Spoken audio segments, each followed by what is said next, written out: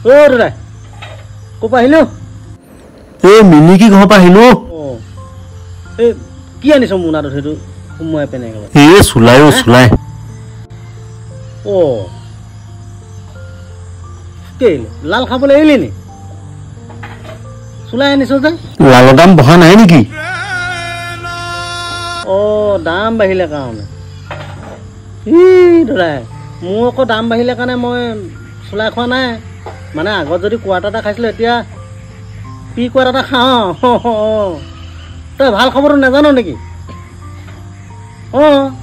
এক ছেপ্টেম্বৰৰ পৰা মদৰ দাম কমিব নহয় এতিয়া ইমান টেনশ্যন নাই আকৌ চুলাই আহি পিনে তই লাল খাব পাৰিবি আৰু খালি কিন্তু এটা কথা দে দাদা এই মদটো দাম কেলে বাঢ়িছিলে তই জানো নাজানো নেজানো নহয় নাজানো তেতিয়াহ'লে শুন মদৰ দাম বঢ়া মূল কথাটোৱে হ'ল মানে মাইকী মানুহবোৰ মদ খাইছিবলৈ ধৰিছিলে নহয় লালো খায় চুলাইও খায় যেতিয়া মাইকী মানুহে অসমত মদ খাবলৈ ধৰিলে মদ বিকি একদম বৃদ্ধি হৈ গ'ল নহয়